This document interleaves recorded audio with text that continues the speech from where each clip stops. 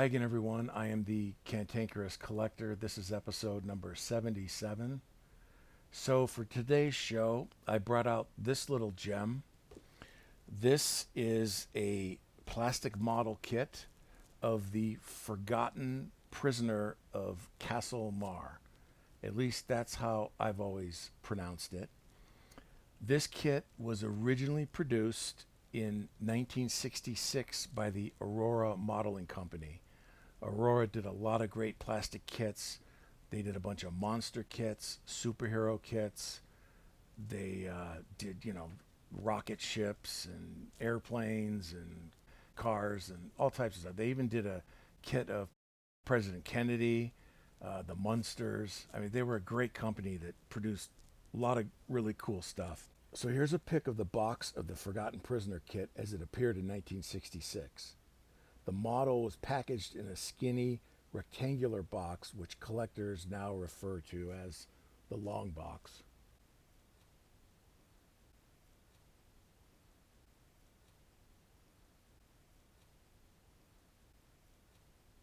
So a few years later, Aurora reissued the kit, and then in 1972, they reissued it again, and it looks similar to this, with the square box, and now the kit glows in the dark. This is the kit that I had when I was a kid. So of course, some of these model companies, went out of business or they got bought out over the years. And what happens is the molds that produce these plastic kits, they change hands. And we've seen this particular kit reissued several times over the last 30 some odd years.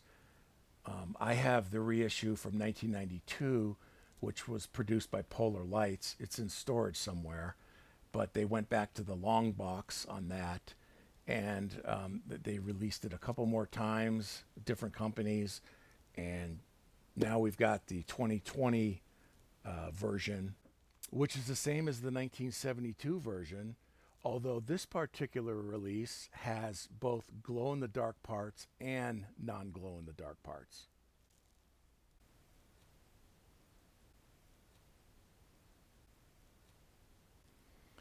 Now, what's interesting about these kits, and I know I'm not the only one who thinks this way, but the paintings, the box art,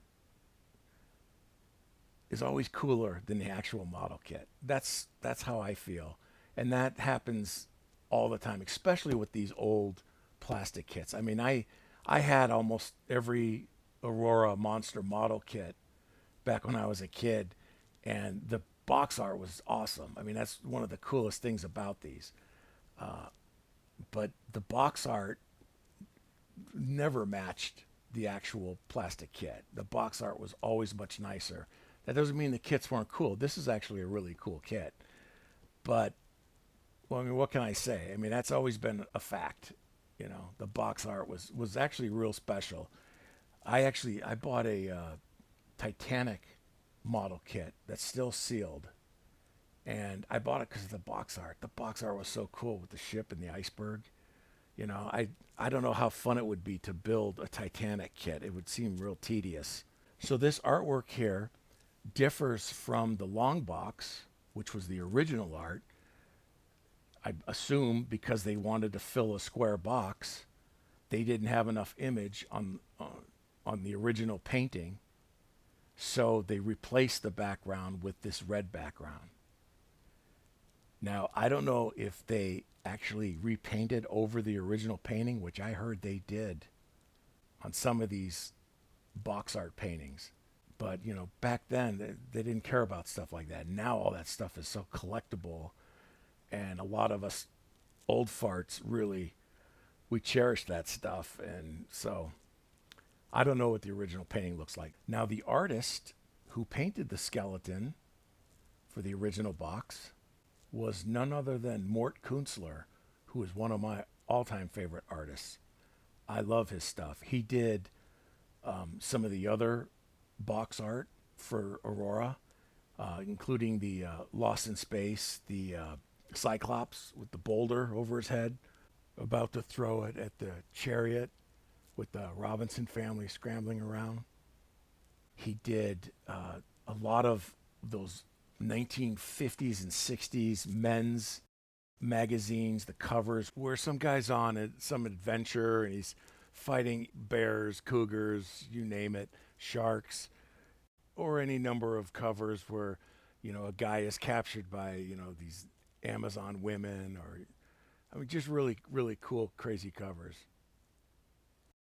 And probably the coolest thing he ever painted, in my opinion, is the promotional artwork for my second favorite movie of all time, The Poseidon Adventure. There's got to be a morning after.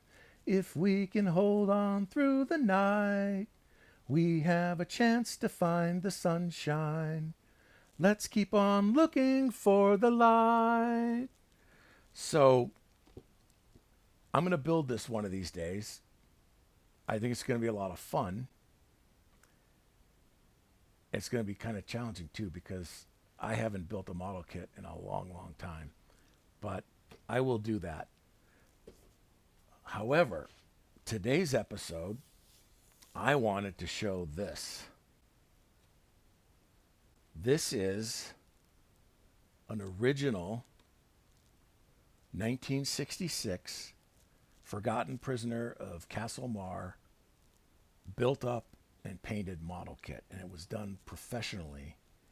And I bought this on eBay several years ago, and I paid a pretty penny for it, believe me.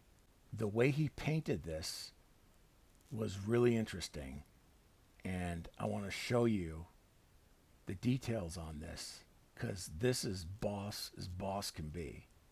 Oh, can't you see the morning after? It's waiting right outside the storm.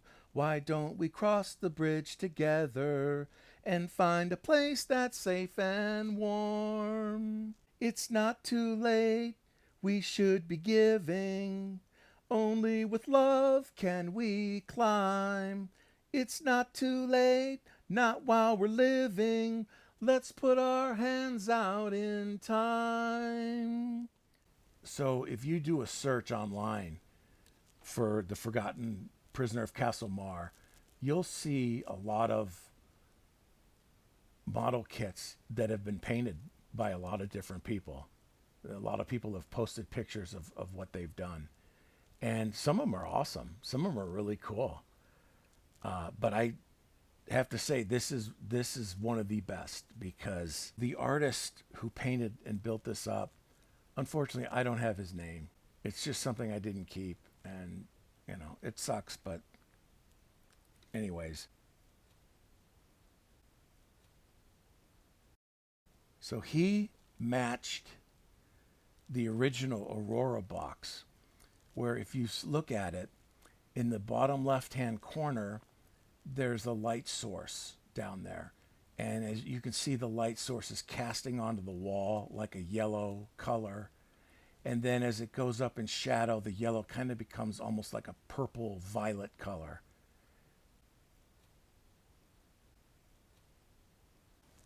Now check out the color scheme on the actual kit.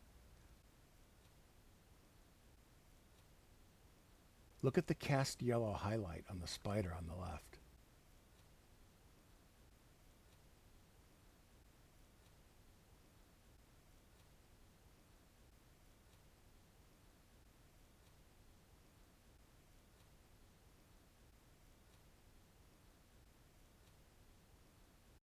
So one of the really cool things when I bought this kit was I took photos of it after I bought it just for my records. And they weren't great photos, but I took different shots and angles of this. And when I looked at those images, I couldn't believe it. The images looked like a two-dimensional painting.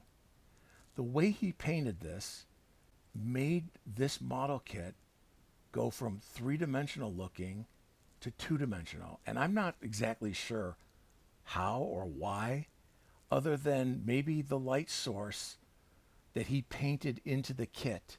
The light from the bottom right-hand corner to dark up above. My lighting was just standard, you know, bulb in the ceiling light. I mean, it wasn't anything, no big deal at all. Now, I opened up these images in Photoshop, but all I did was I removed some of the red because my camera was picking up too much red, and I removed the background. That's it. I didn't run these images through filters or anything. What you're looking at right there is the actual model kit, and it looks like a painting.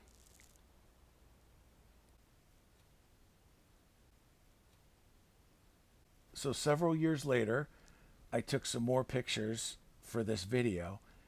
Now, with the nicer lighting and better camera, my latest pictures have colors that are much truer to the actual paint job on the model.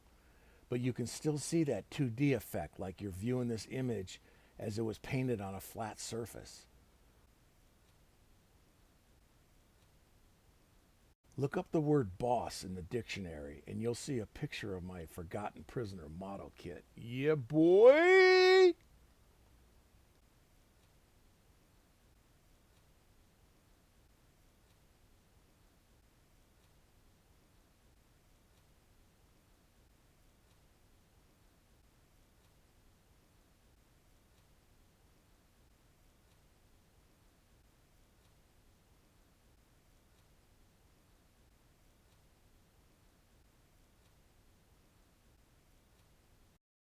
So I hope you enjoyed that. I thought I would share it because I think this is a really cool item, and I know there's a lot of people, a lot of older farts like me, love these old model kits and stuff.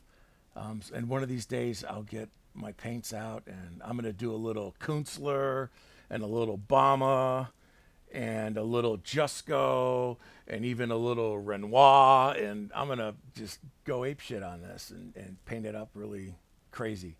I know I won't be able to do this or match this, but anyways, one of these days. So thanks for watching, and I will see you soon.